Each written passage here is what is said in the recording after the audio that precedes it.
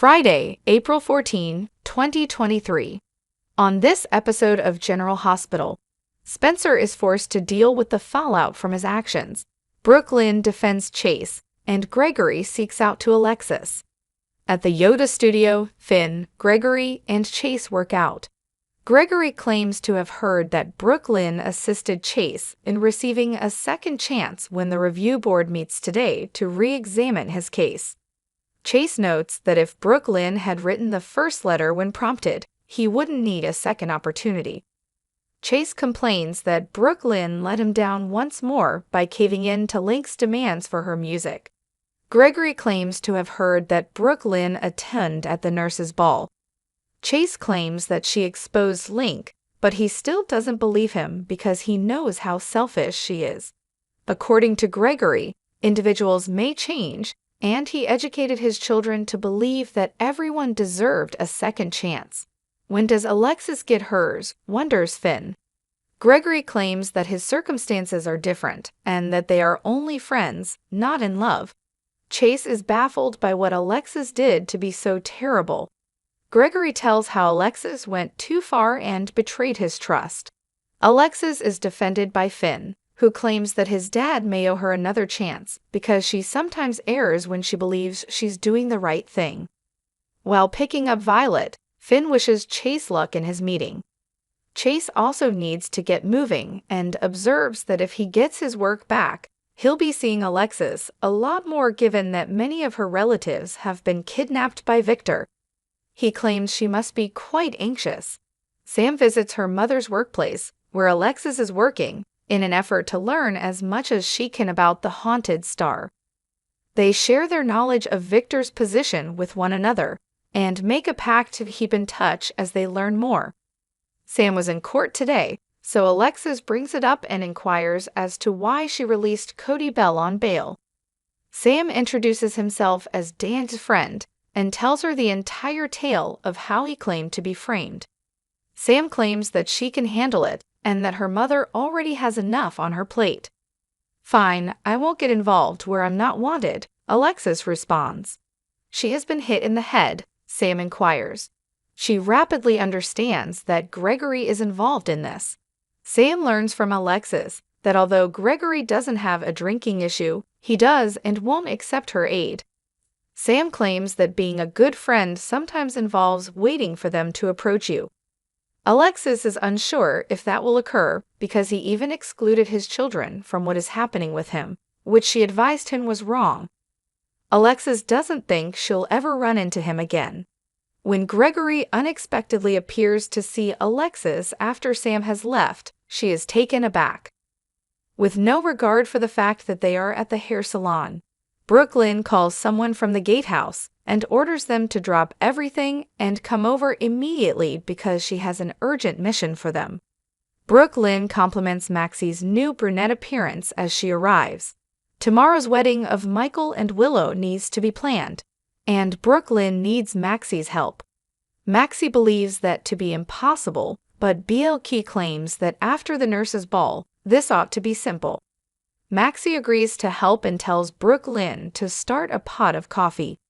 Maxie wants something to elevate the occasion and make it special and suggests Brooklyn write a song for Chase to perform. Brooklyn doubts he'd work with her again. Maxie assumed after she exposed Link that she and Chase would get back together. Brooklyn says she's let him down too many times, and besides the CCRB meeting is today and Chase will get his old life back, the one before she came along.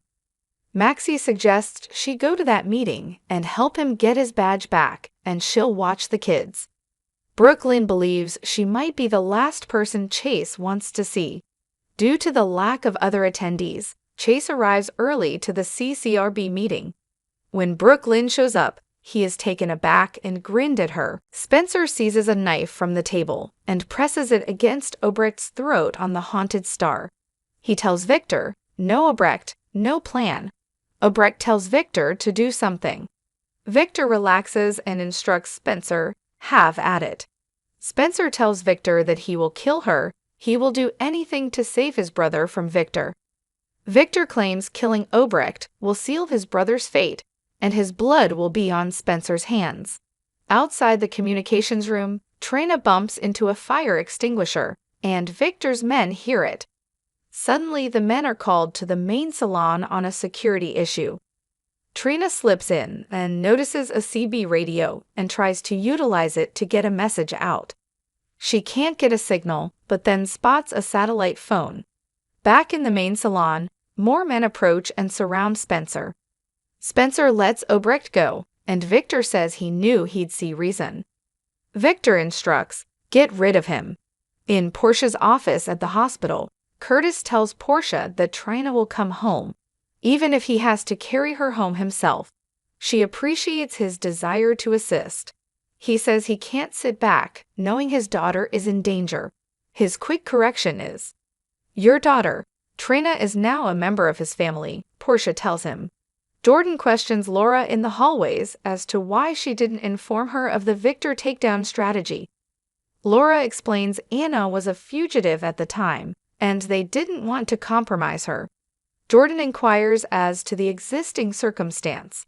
Laura explains Felicia is searching down someone who can help.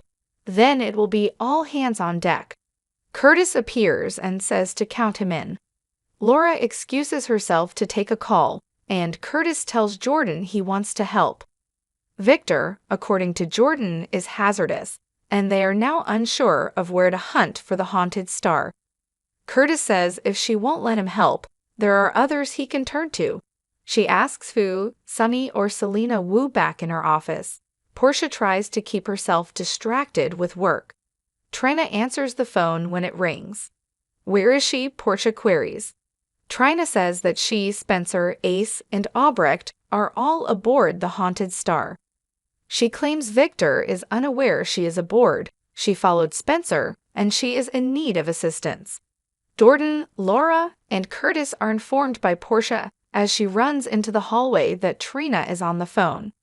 Trina says she is phoning on a satellite phone and has no idea where Victor is driving them when Portia puts her on speaker.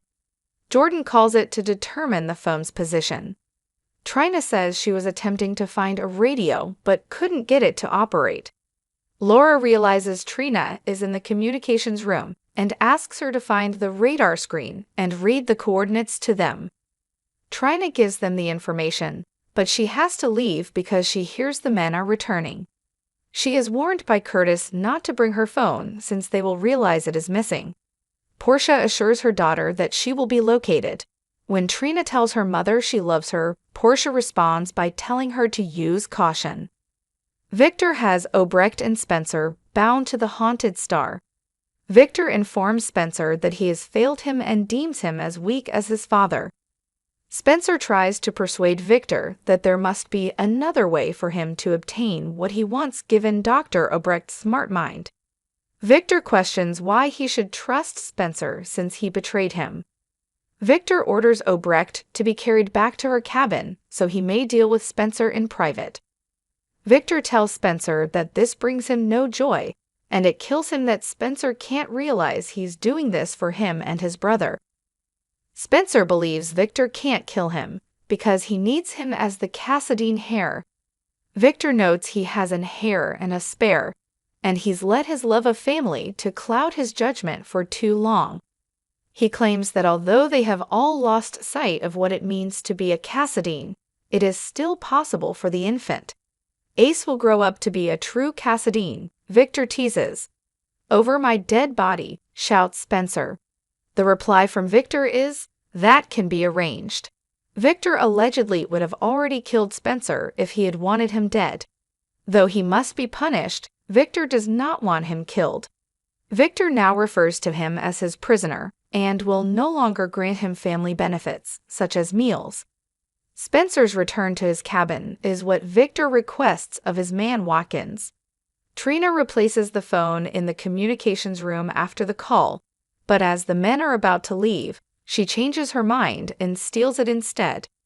Spencer sees Trina as he is being returned to his cabin, and she gives him the thumbs up. The soldiers discover one of the devices is missing in the communications room. Jordan informs Portia and the others that it is working on the coordinates Trina gave them back at the hospital. Laura claims that Trina's prolonged avoidance of Victor provides her and Spencer an advantage. Portia only wishes that this nightmare would end soon. Brooklyn queries Chase on the upcoming episode of General Hospital. Why is that? Then he adds, because of you. Robert hears Diane say, honestly, we wouldn't have it any other way. Gregory presses Alexis about her emotional state. Doesn't that strike as a bit convenient, says Felicia to someone. Michael is forewarned by Joss that Sunny is aware of her and Dex. Carly is aware that Willow wants her assistance in mediating a settlement between Michael and Sunny. Naina is given a warning by Sunny.